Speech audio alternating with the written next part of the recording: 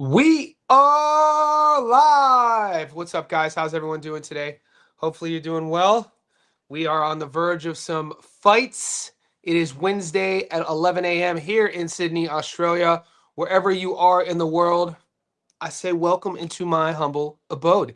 Guys, we're going to keep the stream on as long as we can today. The streams have been growing, the channel has been growing, our Discord's growing, our Patreon's growing, JSB Insiders, we are growing. So I say thank you. Guys, if you're not following me on Instagram yet, go to Johnny Stofko on Instagram, send me a message, be like, hey Johnny, what's up? It's so and so. From YouTube, I'll follow you back. It's just another way to get a hold of me.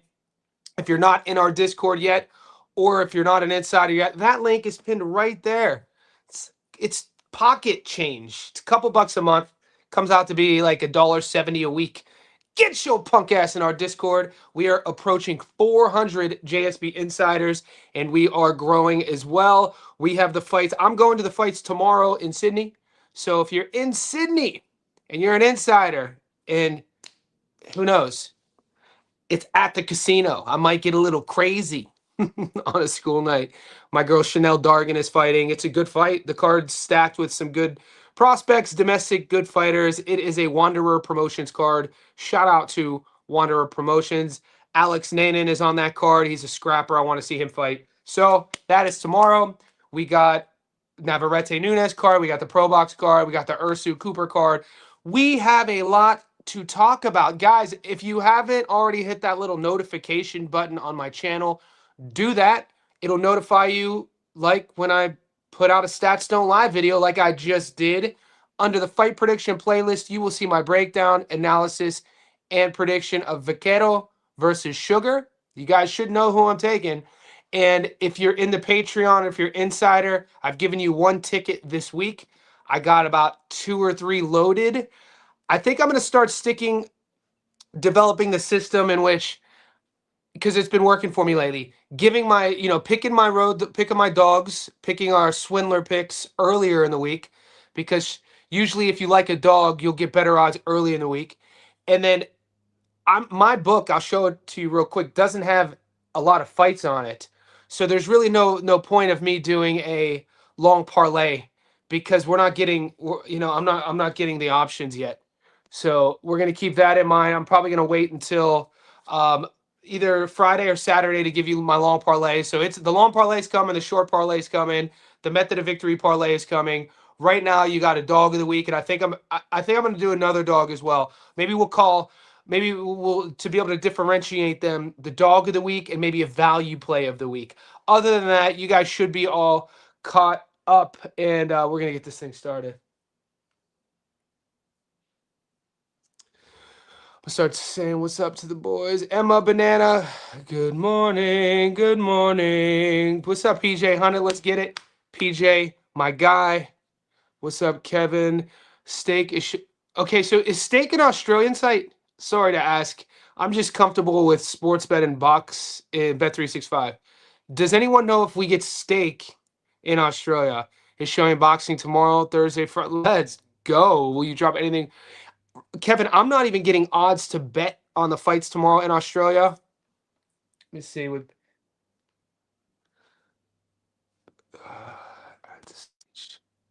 Okay. It's actually working today. So, guys, just full transparency so you guys know. This is all I'm getting. My first fight to even bet on doesn't take place until Sunday. Sunday morning, rain is falling at 7 a.m. Sunday, March 1st, 7 a.m. is the first fight I could bet on. Ben Fale versus Mason Cartwright. And then from there, McCormick versus Gardner.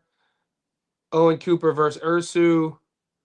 Trini Ochoa versus Cardenas versus Martinez. Vargas versus Quintana. Elijah Pierce. This fight has me in shambles right now. Elijah Pierce and Lorenzo Parra. And we'll get into it a little bit more specifically as we heat up here. We're only 5 minutes in. Whenever you tap in, just like this video for me. We'll keep it still good. But man, I've watched Elijah get hurt before. He's always getting, I've seen him get dropped the last few fights. The Das Marinas fight, man. That was making you. I actually took Das Marinas at plus 500, and it was looking good until it wasn't. That was before. I don't think I gave that tip out. That was a value play. Tamir Smalls versus Abel Ramos. It's another fight I'm torn on, man. I've been trying to stalk Abel Ramos's Instagram. He doesn't put a lot out there. We know his career. He's been in there with, he could be a world champion if that draw goes his way. But my dad always said if my aunt had a dick, she'd be my uncle. So why talk about ifs in boxing? Tamir Smalls to me isn't proven. I think those odds are highly, highly suspicious. And I might sprinkle something on Ramos just to do it. I'm not really sold on Tamir Smalls as being like a 4-1 favorite against Abel Ramos is a guy who's been in there at the world level for a while now. Bit older, longer in the tooth. I wouldn't say he's washed. He's taken some time off since the Barrios fight. If there's a lot of there's some fights on this card. I know people from the Illidale love Tamir Smalls. I don't know, man. I don't like his lack of he doesn't really have like power. He's not really super duper athletic. Will he jab his way to a victory? Probably. If that plays at plus 430 come fight night, will I do a little degen sprinkle on Abel? Probably. I mean, what? I'm going to bet 100 on Samir to get 20 cents back or 20 bucks back. So we have a lot to talk about. Look, we're still in. This is what I call we're in speculation mode. Until you get my pick, like I shared with you, I'm taking Nav. That's the only pick I have that's in stone. Is I'm taking Vaquero, and we can talk about that if you want. I'm going to check another book real quick because what is steak? Is steak an Australian thing?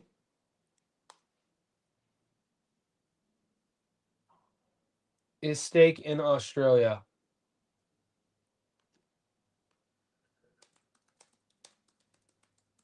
Because the gambling regulations in Australia, they have us on lockdown.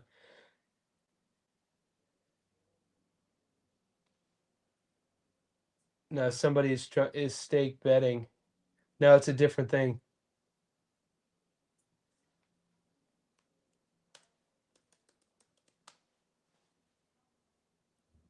Ned's Boost Sports Bet 365. Here's what steak. So this is me trying to click on steak.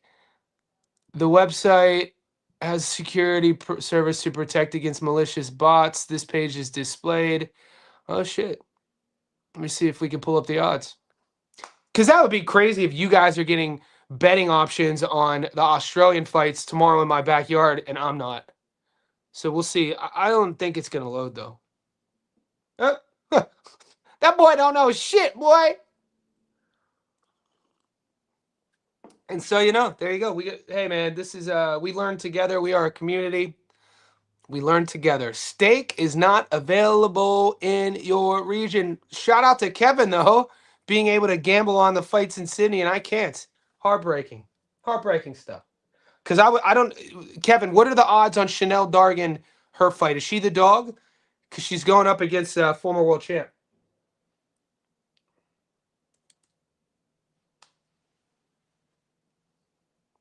These are the current odds on Bet 365. So,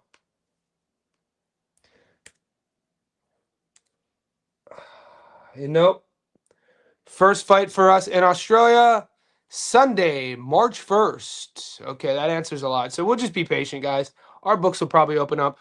I'll talk to you boys. I'll talk to you lovely, pretty faces and see how everyone is doing. My guy sent from Pet, Sweden in the house. Can we bet on the fight in Sydney? Are the odds out for it already? I'm catching up to you guys, so be patient. I'm going to answer everybody's questions. Did you beat Vargas's opponent? He beat Mark. Dude, he didn't just beat Mark Castro. Mark Castro really, has. I don't want. Did he retire? I mean, that's a close fight. I'm never. J. Bry OPB. The longer you're on my streams, the more you'll realize that I'm always hesitant to ordain any prospect as the next in line, because what we do is we watch the sport for the sport. We're fans of the sport, so I never jump on the bandwagon of hot prospects. This is a future world star based on last name recognition. I play it fight to fight. What have you done for me lately? I think Vargas is in for a tough fight. I don't think he's gonna wash. He's fighting Ezekiel Quintana, I'm pretty sure. Zeke. My dad, ever tell you the story? My dad was going to name me Zeke. My mom talked him out of it. He was going to name me Ezekiel. Me too. I'm all in on Nav. I'm all in on Nav. I like, I was, 3 nights ago, I was 70-30 on sugar based off of my loyalty because over the last year and a half, the boys and I, we've won a lot of money on Sugar Nunez. We went heavy on the money line and the points in Japan against Rikishi. We hit big on that one. Now, I parlayed Sugar on a parlay in the last fight against Veyes, but I didn't pick him to win by knockout. And so we have to remember this, guys. I know a lot of guys, and that was the sexy pick. A lot of the guys were taking Nunez to stop Chris Veyes by knockout because the rumors were, if you guys remember, the rumors were already swirling that if Sugar got past Veyes, he would get the Navarrete fight. Even after people just forgot about Charlie Suarez, they were like, "We ain't doing," which is horseshit. I would have loved to see the Charlie Suarez rematch with Nav, but Nav stopped Veyes, and this was people doing their boxing maths. So the bettors, a lot of people on my channel took Sugar to stop Veyes and put that bet prop in, and it didn't work. It didn't happen. It never came to fruition. And when you're betting your money on a guy with a high knockout to win ratio in a fight in which the prop was favoring a pretty favorable stoppage win, and it never comes to fruition, you begin to watch the fighter a little bit differently. Is that fair for the fighter? No, it's not. But in that, and like I said, I just took him to win on the money line, so I won on that fight. But I saw people starting to kind of question, who is Sugar Nunez? What has he really done? How many world level fights has he really fought at? He stepped up twice, and he went 24 rounds and won on points against Rikishi, a Japanese fighter, and against Chris Veyes, a guy that Nav stopped. So then 3 nights ago, I'm 70-30 on Sugar. Yesterday during our live stream, that one kept going down because I was watching Navarrete. We rewatched the Suarez fight. For some reason, I thought the cut happened in the 6th. It happens in the 8th. I had Nav up big, at least 5-2. At least 5-2. He was doing what he wanted, and he was struggling at times with Charlie Suarez's reach.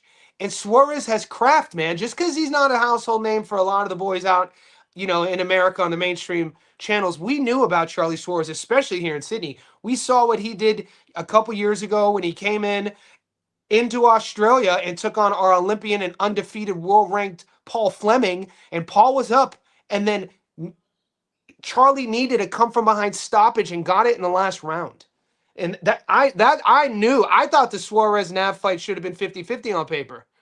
I was like, this is going to be a tough ass fight. And people in the Philippines knew about Charlie Suarez, and the boxing heads knew about Charlie as well. Now, Charlie doesn't get the rematch. We know about the cut. We know about what happened. They called it a headbutt, technical decision. Nav wins on points. It ends up getting reversed, flipped over to a no contest, no decision due to an actual punch. It is what it is. Now you got Sugar and Nav fighting. And then when I watch Sugar's entrances, when I watch what he wants to do, when I really dissect his power, because if you want to just bet on the knockout to win ratio, then you're going to tell me to my face that Sugar Nunez has power. But if you've never watched him, you wouldn't know what type of power he has. His knockouts don't happen because he has power. It's because of it. He weaponizes his cardio. It's because of his pace. It's because of he drowns people. But his feet, when you make a guy who's going forward the entire time, when you make him go left to right, when you make him go backwards, when you make him make adjustments off of that plan A that has always worked, it's always worked. 29-0, 27 knockouts. He might have one loss in back in the day. He might be 29-1 with 27 knockouts, one of these weird 4-round decisions. It's the same thing with Nav. If you look at Nav's Instagram, he only counts one loss on his record, but his box rec says 2 because early days, Nav had one of these decisions that might have been some fuckery as well. And people people are like, okay, so to finish that point, Navarrete's, people think he's 50 years old. He's only 31. Sugar Nunez is 28. People are like, oh, he's been in war. He has been in wars. I'm gonna say that at this stage of the game, those wars are gonna suit him. I haven't seen him crash out on the canvas. And I do want to make a footnote. I heard some of the boys in my Discord saying that Navarrete's never been stopped, never been dropped. That's wrong. What do you mean? Liam Wilson dropped him the second. Should have knocked him out. Should have knocked him out. We got that. Team Nav got that good count. They got that home Vaquetto count, boy. And then Nav, what it showed me was Nav picked himself off of the canvas and then he found his stoppage. So that sort of outcome, though, I kind of put it akin to Usyk versus Dubois 1, when you have a guy who's the underdog, who's the B-side, who has his big moments, and in a split second, it seems like everything that he worked for came to fruition and he won by stoppage. But then just like that, and you check out, you celebrate, your adrenaline's up, and just like that, they either say, oh, that was a low blow, and you better turn it back on, or that's not a knock 10 count. He's up. Give him his mouthpiece. The fight continues. And then you had like Liam Wilson and then Dubois. And we both know both guys ended up getting stopped. So it's tough. It's tough to come down and then turn it back on like Wilson had to do and Dubois had to do. But it's also tough to get off of the canvas, because I do think the Usyk one wasn't a low blow. Look, say what you will. I'm not a hater. I'm kind of a lot, it's a realist. That was a legal body rip. That's all I'm gonna say. Anyway, we know how that played out as well. I just think the X factor, the experience, the size, every look that Navarrete has seen, every time he's been on the world stage, every time the lights have been bright, what he could do, the versatility, the X factor of his movement patterns, the punch angles, and what doesn't get spoken about enough, he has awkward punch angles, but he's pretty accurate as well. People are like, oh, he's not an accurate puncher because he throws his punches at unorthodox angles. I'm like, I mean, name another unorthodox puncher who is as accurate as Nav. And then when you take all of that style with a guy that we all know what his style is, we know what Sugar's going to do. Come forward, high guard, take punches off the guard, punch, punch, punch, put you on the back foot, force you in the phone booth and see what happens. One of my favorite punches of Navarrete's is a punch that Rikishi was landing over and over. Everyone goes straight to the Veyes fight, but the Rikishi was landing clean shots. Both guys are going to get hit clean. I just like Navarrete's power more than Nunez's. I'm not sold on Nunez's one power, actually. And I think one of my favorite shots of Nav is his uppercut, and Rikishi was landing that uppercut clean. I think if Nav lands that uppercut, Nunez is going to be in trouble. So I have Navarrete on the money line. I'm not, whenever I got it, dude, plus fucking, what do we get him at? Plus 180, dude?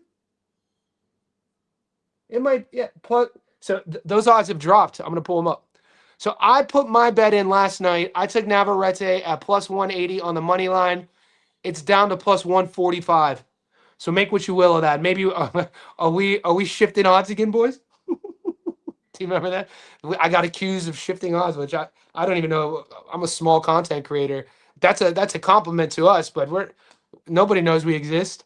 JSB, we're a small little. Let's keep JSB is the best kept secret.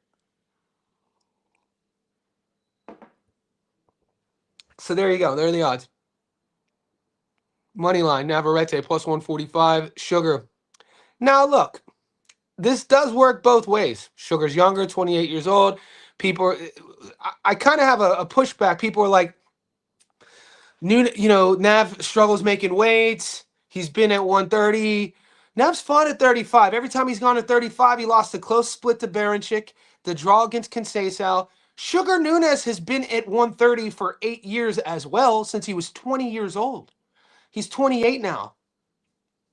So, in Sugar Nunez's style, I mean, that's a tough style to keep operating at the highest level long into your, a decade in now.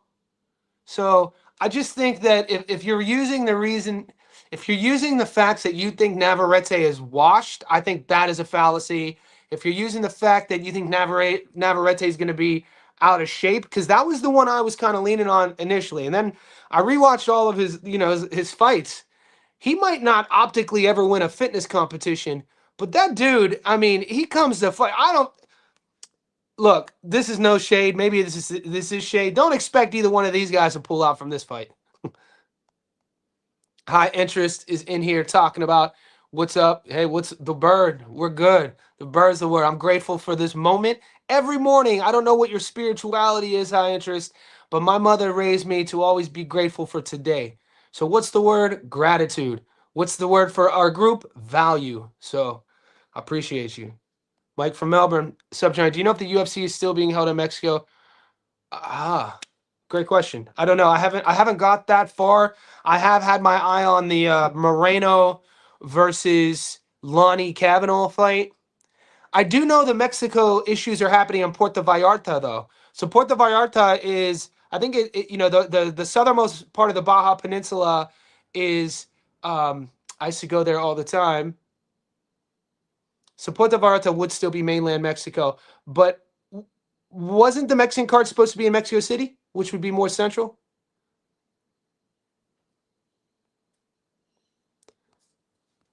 Oh, so you're in Colorado. That's crazy. So you're in Canada. Wow. So that's pretty rad then. If you're in Canada, you're getting odds for this little domestic Sydney card, like 5 kilometers from my house, and you could bet on it, and I can't. Cheers. I've had bad memories betting on Nav. The last time I did was against Bendis Berichick, betting on Nav. Yeah, man.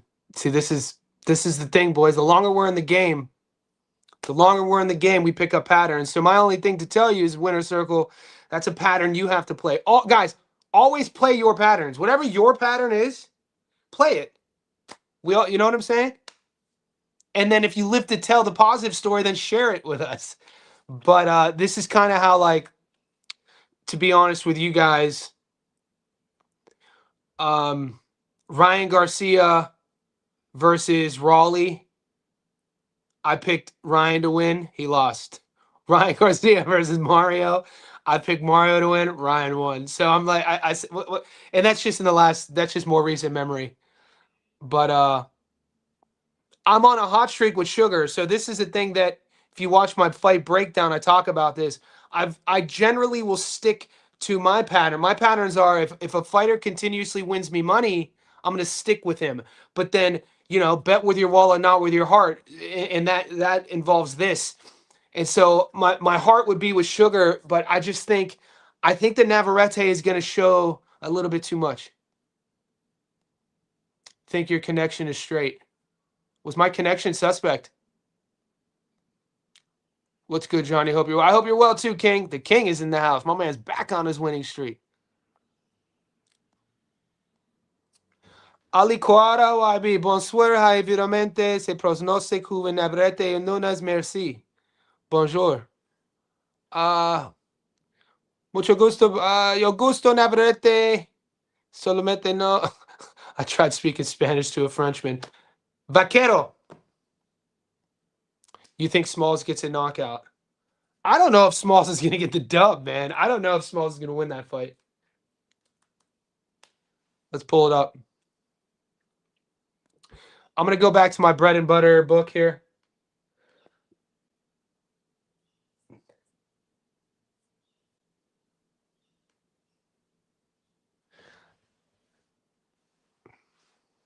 There's not a lot on Tamir Smalls that I like, though, I don't think he's knocking out Abel Ramos, man. Abel Ramos is a handful to deal with.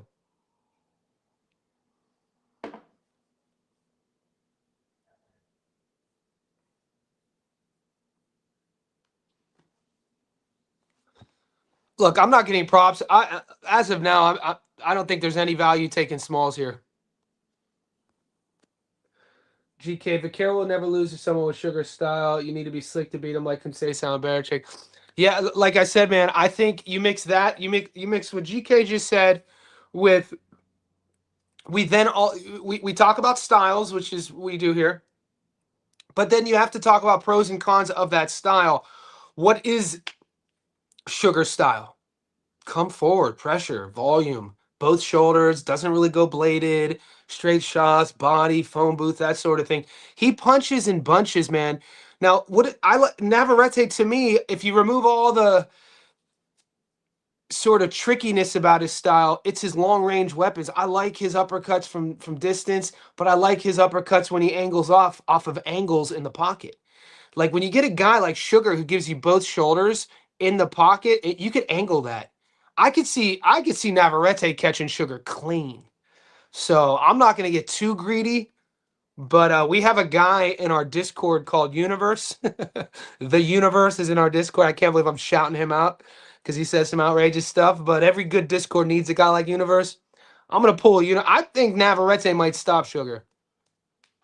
I think so. The King's in the house. This is another fight. Pearson Para. I don't think it's going to. Where's your lean though on PJ on that? Let's pull the odds up because this is a 50-50 fight.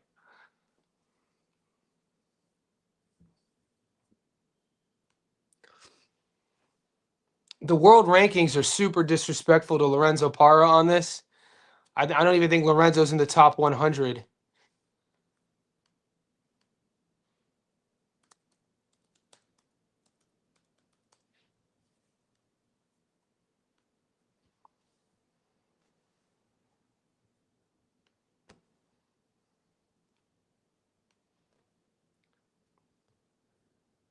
That's his amateur record.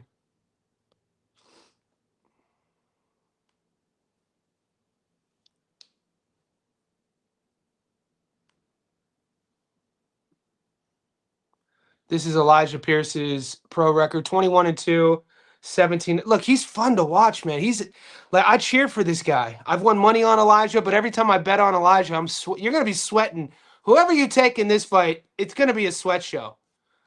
Because he's a dog, dude. It's just his durability I question. Look, they got Elijah ranked number 10 in the world, right? 21-2. The last time we saw him was that Das Marinas fight.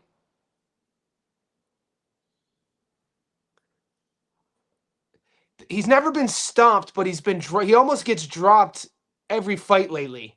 So let's look at his opponent. So he's ranked 10 in the world. Lorenzo Parra is 23-1, more experience.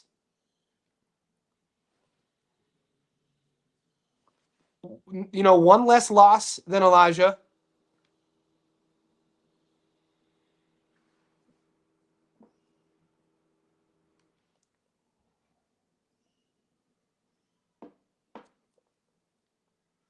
And he's ranked 97th in the world. So I know this is BoxRec's algorithm. They do their own sort of funky stuff. But Venezuela fighters, gonna be tough, gonna be coming forward. I think this is why Elijah Pierce is never in boring fights. This kid's never been stopped. How many people on this resume have you heard of? I mean, most people think he beat Trinidad. You guys know Omar Trinidad. Javon Woodard, and then not a lot. There's not a lot after the two American fights. So, but this is boxing. You cut your teeth in your country, and then if you're not American, you take your show on the road and you go to America and see if you're really at that world level. And that's what he's done so far.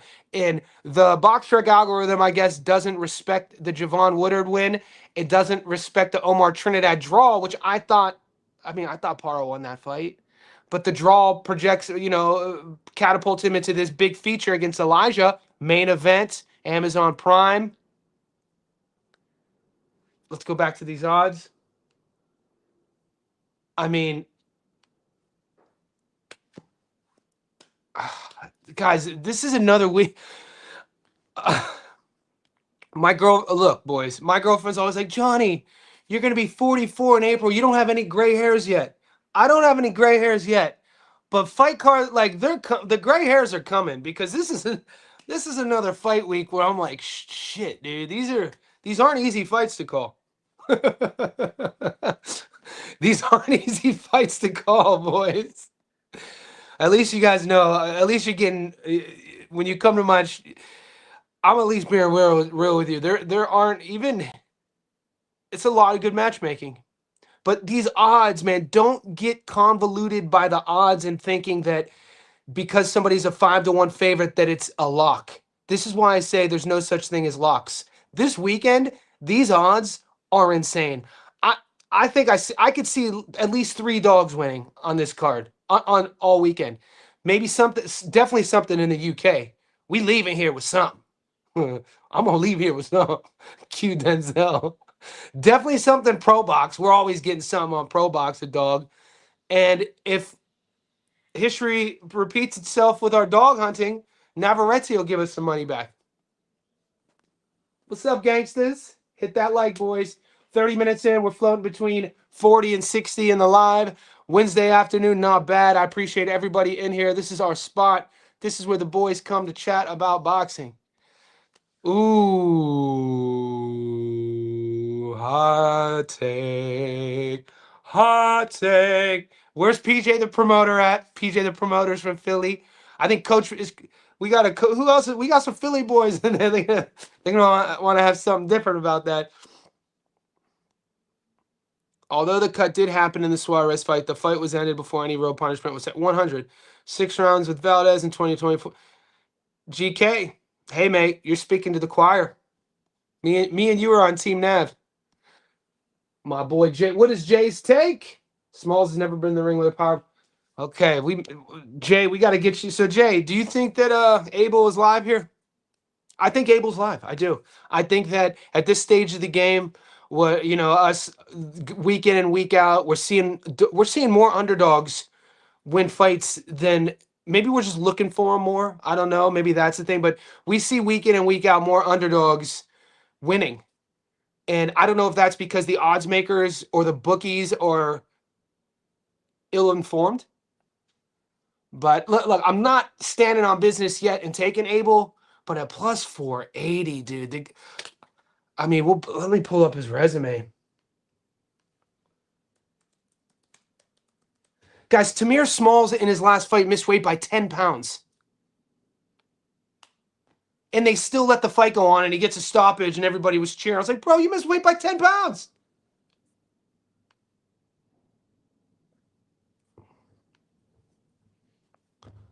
Got that $1 million smile, though. Okay, so got that shiny, perfect record. $1 million smile. Fun guy. 16-0, 11 knockouts from the Illidale. 5'9" Orthodox fighter. Fighting at 47. And then, he's only fought 51 rounds. 51. 51.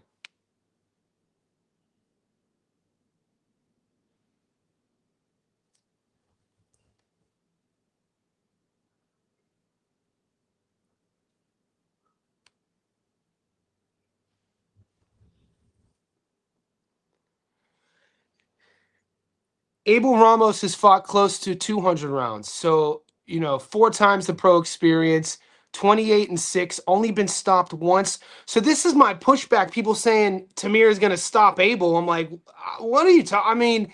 Abel was tough as nails, man. You think Tamir Smalls, who's not even a big puncher, going to stop Abel Ramos?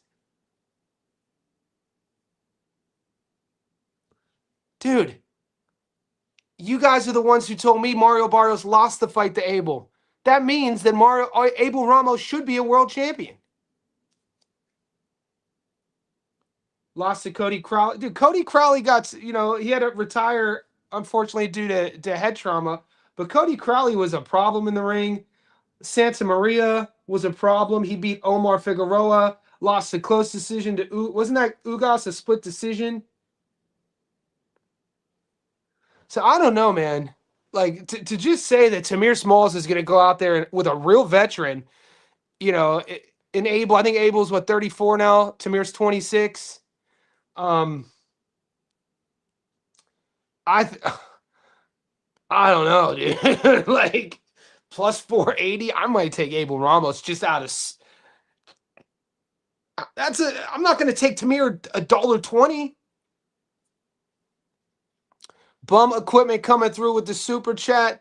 Overdue for the pre-Bonino pick and the Fawaz pick. Bum Equipment, you are a beast. You're a JSB insider. We appreciate you guys. However you can support our channel, however you can support me, however you can support our community, I thank you, brother. You know that means a lot. If you are in the world, could you like this video?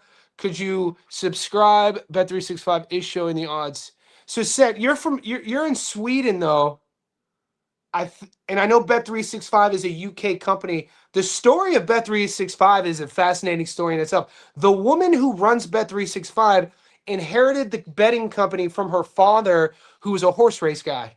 And somewhere in the late 90s, early 2000s, she saw what was happening with technology and industry and went online. And I think she pretty much became a billionaire overnight. But I'm also learning that just because in the UK you guys are getting odds on the same app doesn't mean we're getting odds, unless it just happened. Johnny, it's showing for me. That's crazy. Yeah, I think it's because we're just in different continents. We're not even in different states. We're not in different countries. We're not in different time zones. We're in different continent. We're in different hemispheres. Tomorrow on Stake, it's showing Pierce versus Para, Bryce Mills versus Tobias Green, Marco Romero. So Marco Romero versus Jason Malia is the main event tomorrow in Sydney.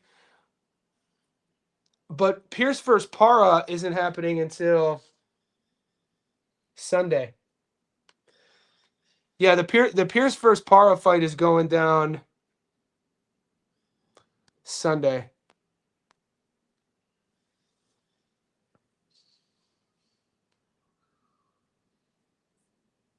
And guys, we're gonna get props. Props will come later. Props will probably come tomorrow. And I do like. I'm probably gonna play a knockdown prop in the Elijah Pierce versus Para fight. I think I'm probably gonna play a knockdown prop. I could see a knockdown happening in that fight. I like the distance. So far, if somebody was like Johnny, I know you're picking Navarrete and he's the dog, and I know because you take underdogs on their own ticket, you don't think about method of victory. I could see that fight going the distance. You know what I mean? Like Sugar's never been down. Nav is never, he got dropped once. But then again, that's why I'm my boots are dug in on Nav on the money line, because I really love the odds there, and I don't trust Sugar at this level either. Watching him kind of my issue with Sugar Nunez was on the fly when you've been so successful and so dominant for so long with a specific style, and maybe it was a case of his handlers waiting a little bit too long to step him up. By the time you step up and you're 28 years old, maybe it's really tough to go to plan B. And I felt like with Chris Veyes, he dropped him late, but like Veyes was having success in that fight. Sugar gets hit a lot. And I think if Eduardo didn't have a nickname, this is another thing that plays in. You guys know I'm a psychology guy. You guys know that was my undergrad. Psychology is a big part of my life. If Eduardo Nunez didn't have a nickname and it was just Navarrete, Vaquero versus Eduardo Nunez, I don't know if the odds would be like that. I just think people hear Sugar and they see the knockout to win ratio. I think it kind of goes in with each other. That's why people have nicknames. Like if Eduardo Nunez's name was Eddie Nunez, Eddie Perez, Vaquero versus Eddie Perez. Do you think Eddie Perez would have the do you think the odds would be as fair? I don't know, man. This is all speculation. Ziggy, sub Johnny boy, can't believe the boys crying when they lose a bet. No. Ziggy, man, I appreciate your support. And look, it's it's always a teaching moment for me though when things like this happen, because it we I from my perspective, I can't expect people to act a certain way. You know what I mean? Because I can't project onto everybody in our group to react a certain way. Everybody has their own different reactions, and everyone's on their own journey. Everyone's on their own sort of path regarding how long they've been in the game, how much they've won, how much they've lost. The ones who complain are the ones who are just new to the game. I think they probably read an article on yahoo.com and they said that online betting was like the new investing or the new crypto, and you could get rich. And I think that, and then people come to do what we do and they see, oh, he only wins 80-90% of the time. Who is this guy? Like, I don't win every time. Like, you know what I mean? So there's a lot of that too. There's a lot of newbies. And over time, I'm learning how to say that guy's new. Don't judge him for his angry, hatred, raceful, misogynistic, bigotry remarks. Just silence and ban him. You don't have to remark back, Johnny. So I don't. What? And guys, I do this for the love of the game. Like, you don't see coin machines behind me and money exploding out. Like, we win money off of betting, but Boxing was my first love. I actually fight. I actually train. I'm a lifelong athlete. You know what I'm saying? Just follow me on the gram. You'll know. I actually live what I preach. So that's another thing. Like new guys come to the group and they've never gambled and they lose two bets and they start talking trash to me. I'm like, who are you, dude? Like I was in my first box. Like I'm here for the sport. The betting is an outcome. The betting is a byproduct of the love of the game for me. You know what I mean? If I was into golf, it would be like this too. And I think a lot of people come to what's happening is as we're growing, people are coming to our channel who aren't boxing fans. You know what I'm saying? I think the ones who cry the Discord ones who complain are crazy to me. Like I'm getting zero. Like my patience is getting real thin, with just calling folks out for acting like little bitches, crying like some girls in the Discord because you lost the bet. I can hear my dad in his grave like, "Stop being a bitch and come on, fuck you crying for over a bet, man up." Like my patience is in our Discord. I get it online. You know, if you want to comment on my videos where I missed the prediction, do that. I don't care. But when you're in the Discord and you're acting like a little baby crying, it's like, dude, you're about to just get banned. Like we're not paying. It's not $1,000 to be here. Like a peace of mind, and culture is really important. Like you want people understanding the game. You don't want people bringing the whole group down because they missed a plus 440 dog. You know, and then I can't pay rent, bitch. Keep that to yourself, dude. I don't need to know that you're Get another job, dog. Like work.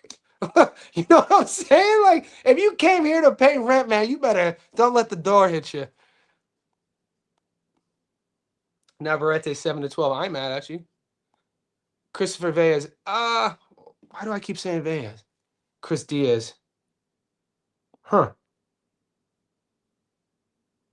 Who am I getting mixed up with?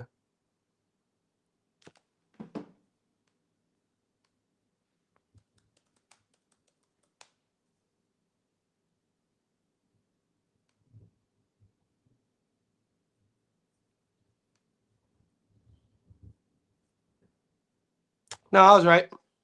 I knew I was right, Bosby. The boxing circles I float around in, we call him Christopher Veyes. Right there. Yeah. So we were both right, big dog. We were both right. We could both be right. What's not Navarrete is about 82% knockout to win ratio. 100% correct. I think you got Pitufo Diaz and Baez confused. I don't think so. Diaz was huge Diaz was huge on fight night against Nunez. Nunez isn't that big of a guy, like bone structure wise too. Like when you put it, we talked about this yesterday. What do the young bucks call it? Mogging.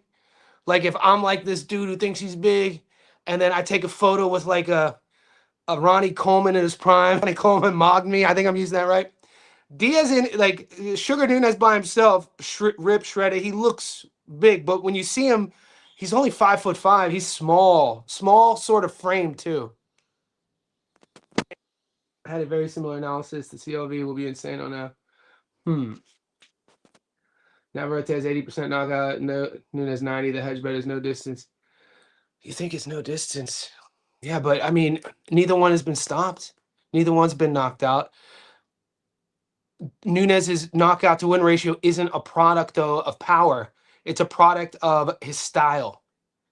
It's similar to William Zepeda's knockout to win ratio. Zepeda's knockout to win ratio, it wasn't a product of power, it was a product of his style. So Navarrete has one punch knockout. We've seen it to the body too. His trainer also mentioned how much he actually put into. Whose trainer?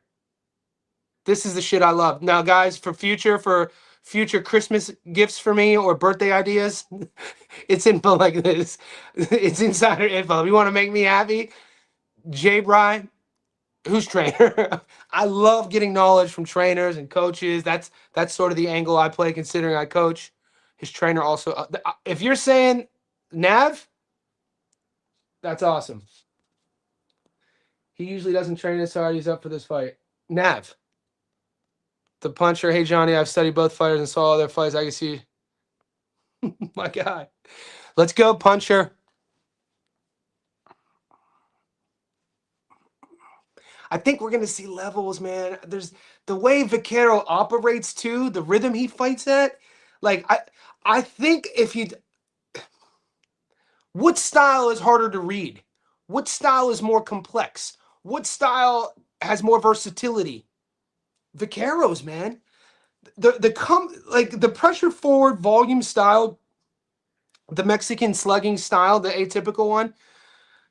It's like you could work around it, man. You could use your long tools, you could use your jab, you could circle, you could angle, you better come in shape. And this is an all Mexican unification war, boys. Both of the we always know Sugar's gonna be Sugar in shape. I like that style running onto things, man. I might not, I could see where Julius is coming from, seeing a stoppage late. Nunez's power is pretty under. You would say Nunez has one punch knockout power? Would you say that? I wouldn't think he has one punch knockout power. Am I like he throws everything into all of his? He generates tremendous leverage. It looks like a middleweight punch. I disagree, man. I totally disagree. He wasn't doing it. Wasn't doing much against Rikishi. Um, his power. It's just how he punches. We'll see. I mean, it's not unless I get. I've never been hit by him. You know what? Let me leave it at that. I put Nunez in, as a volume puncher. Like he generates his knockouts from accumulation. 100%. This is what I'm talking about. You could see it. You could when you're watching guys punch. You could a lot of Sugar's punches are arm punches. He's shining a lot. He Navarrete. Like Navarrete's longer, got more, like bigger. Has more leverage in his punching. The angles he throws at, you could just see it, man.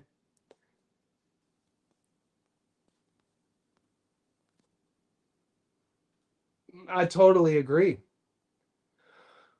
Thou shalt not never say his name on my channel again.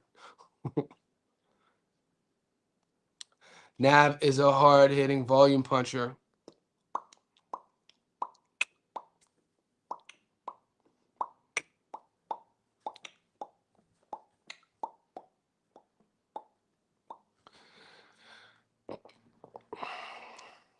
I'm not going to sit here and have a who hits harder contest. We might as well just pull our dicks out.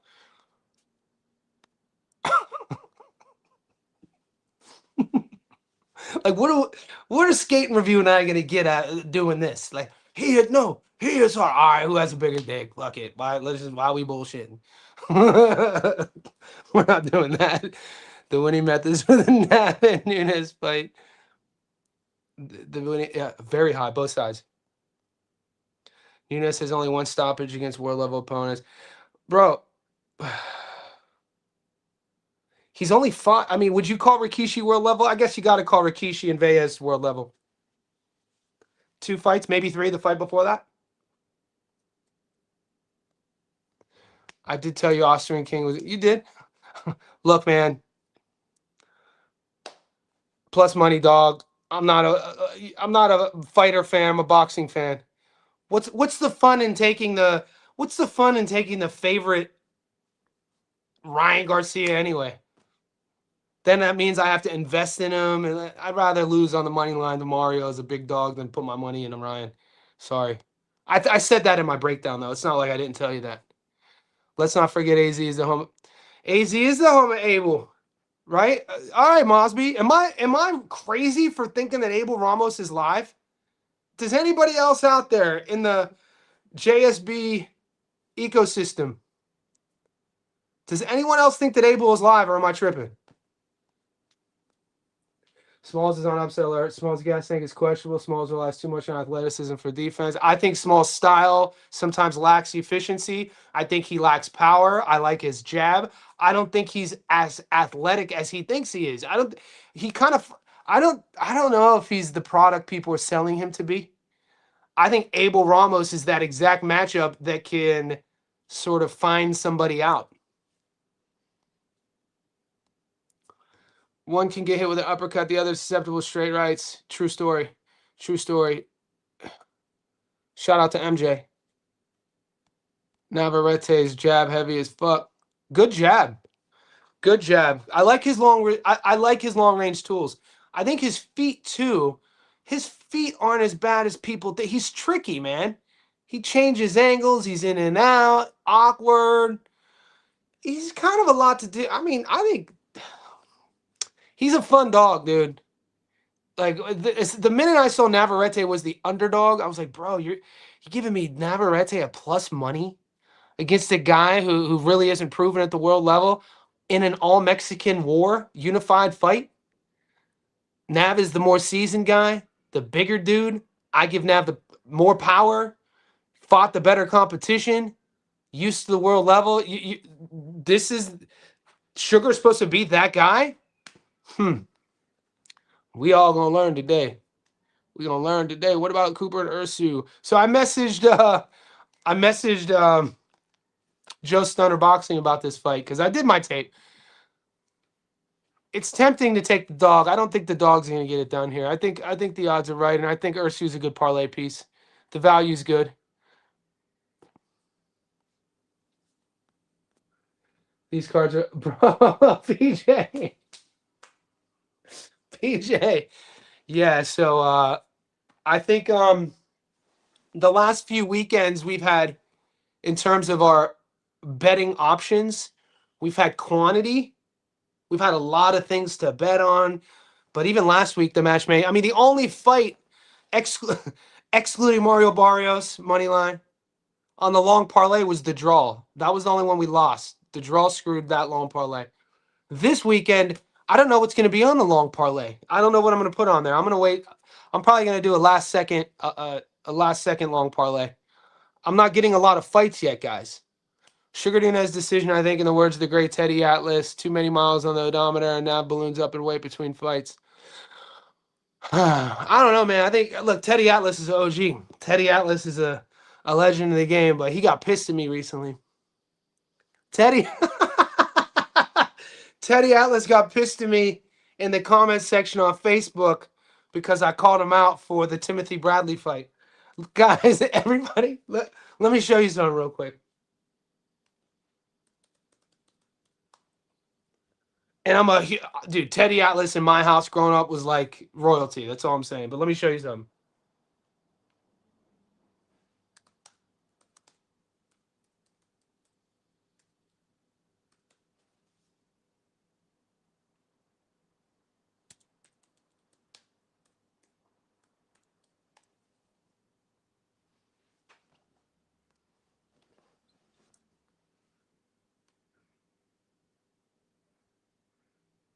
All right, by now, all of you guys should have seen, you'll know this. Look, they call this is why he got salty at me. Let me remove this comment. Okay. So on Facebook, Teddy posted, this was like a year ago. And I love this. I sent it, the We Are Firemen. But if you don't know the history of this fight, this is Brandon Rios versus Timothy Bradley.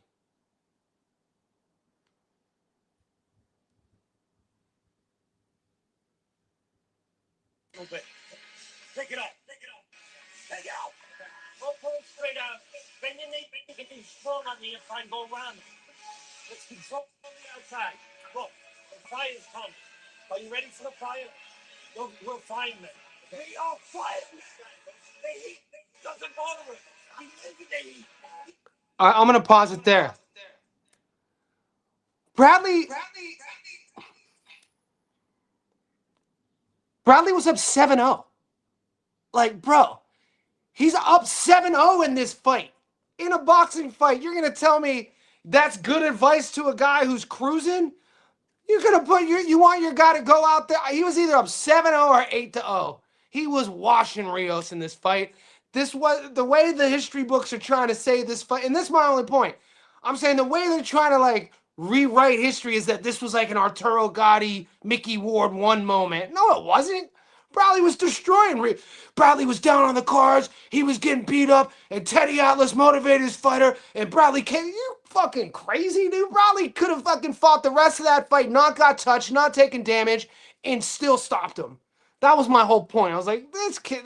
That's actually, when you look at like the danger of brain damage, that's actually bad coaching. Like when your guy's up 7-0, you're gonna tell him to go be a fireman, go jump into the fire. I thought, and I was like, it looked like Teddy was having a flashback in that moment.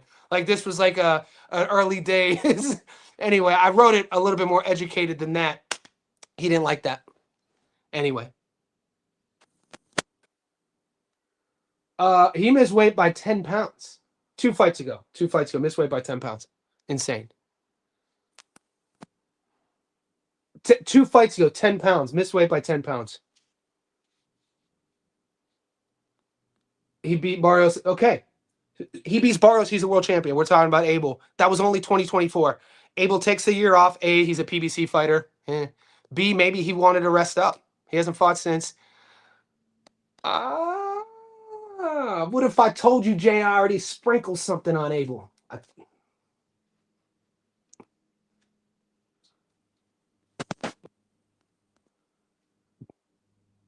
2 fights ago.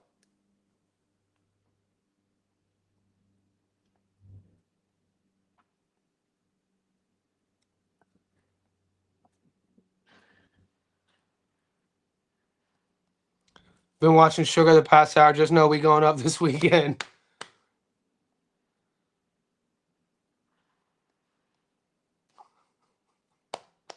Well, when we're in London, true. But if it's in a closed group, like a community where like dudes are super well rounded with our education about things, we got to call people out for it, mate. We got to call people. I think we should call people out for it. The only crowd is saying, I don't. Well, PJ the promoter. PJ's always crying. PJ, not this PJ. This is a different PJ. PJ 100 is different. We got a couple PJs in the hood. Watch Rock with Nunez. You'll see what I'm talking about. Here we go. This PJ. Philly, not one punch, not half hour rounds from damage.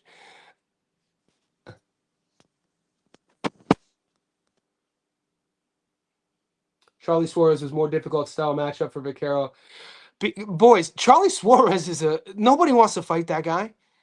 And I've been bringing him up on live streams lately. How come no one said Bronco Lara's name? Can we get Bronco Lara out here?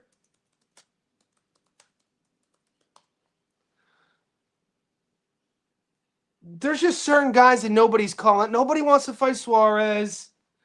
Nobody wants to fight Mauricio Lara.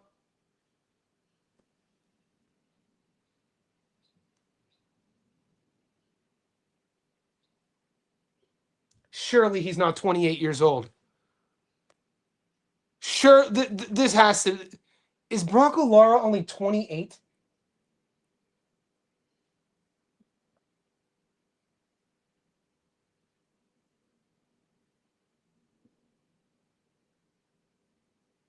I'll never forget when he went overseas and beat Leewood and Warrington.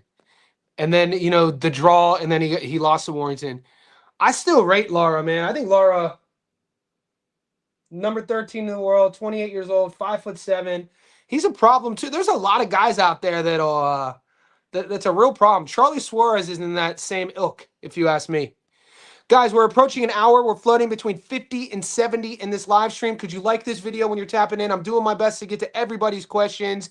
If you're not in the Discord, join our Discord. The link is pinned through the Patreon or through YouTube. You get all of our bets. You get all the picks. More importantly, you become part of our community. Click that link.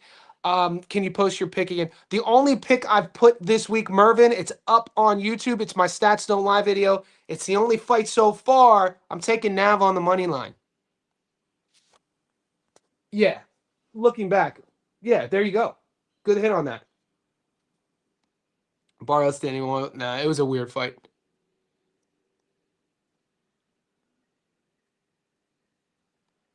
Not my books, brother. I got eight fights. That's all they're giving me. 8. I really like that Bilal Fawaz decision win. Can't wait to see who's next for him. Yeah.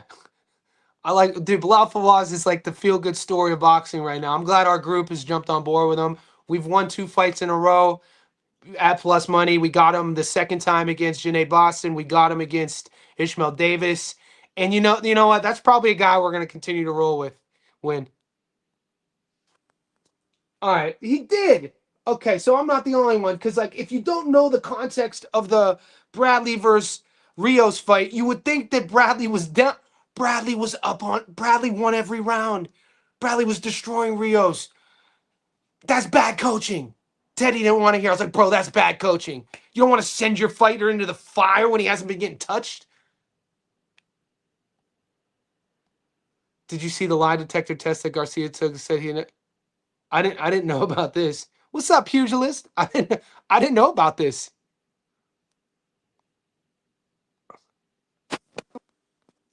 Alice, Mickey.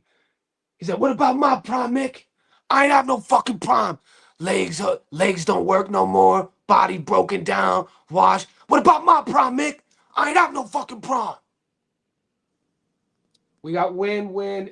Thank you for the super chat, guys. Wherever you are in the world, we're an hour into this. However, you could assist our channel, support the cause, support the work. We're out here every day, live streaming, doing research, creating content, building our community. Whether you could like this video or join or super chat like my boy Win, we appreciate you. Thanks, big dog. We got plenty of wins coming up before in front of us. David Eister, my guy. I'm not sold on some aspects of Nunez anymore. I like the guy though. He has quick feet, but his jab is too. He doesn't sit on anything. He want like that style is very predictable, guys. With predictability comes preparation. If you have a style that's predictable, we're just talking basic statistics here. Standard deviation, predictability equates to preparation. You could have the outcome of being predictable, and you counterbalance predictability with the preparation of the prediction. So what that is, pressure forward style. He throws a lot of punches at the same range, doesn't really sit on things, wants to get on the inside, doesn't really jab, arm punches a lot, gives you both shoulders. So you have a longer guy, a bigger guy, use the jab. I like Vaquero's jab anyway. I like Vaquero's power anyway. I like his feet better than Nunez's. What other than the pressure? Look, I understand the Nunez betters here. You like the pressure, you like the output, you like the volume, you feel that pressure is going to drown Vaquero. Why? Because you've seen Vaquero drown before? No, we haven't seen that. I could see if we've seen Vaquero get stopped, drowned, out of his depth against a volume guy. We haven't seen that. I've seen Vaquero control range before against volume guys with his jab, domesticate them at distance, and then stop them. So it's an interesting fight. My heels are dug in. Wednesday afternoon at 12:02 p.m. in Sydney, Australia. The Swindler is back. The Swindler.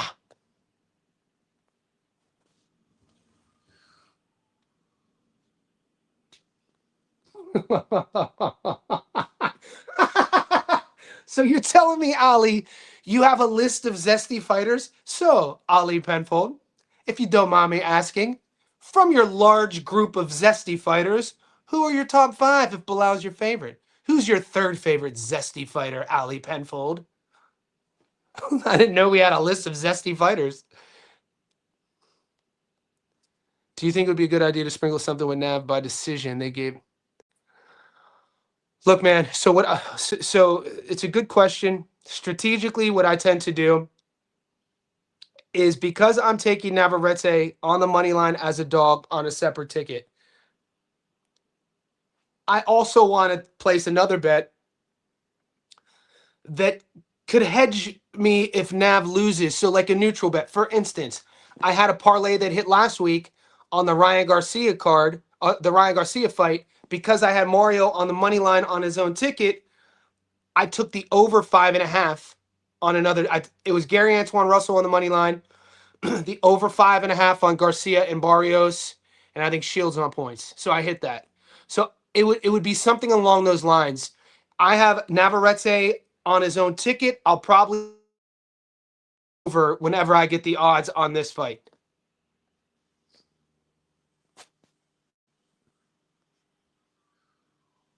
Jake Salvador. Navarrete been boxing boxers like that since. Yep. Yummy knows what time it is. Did Bill Haney win around the world and still not answer your question?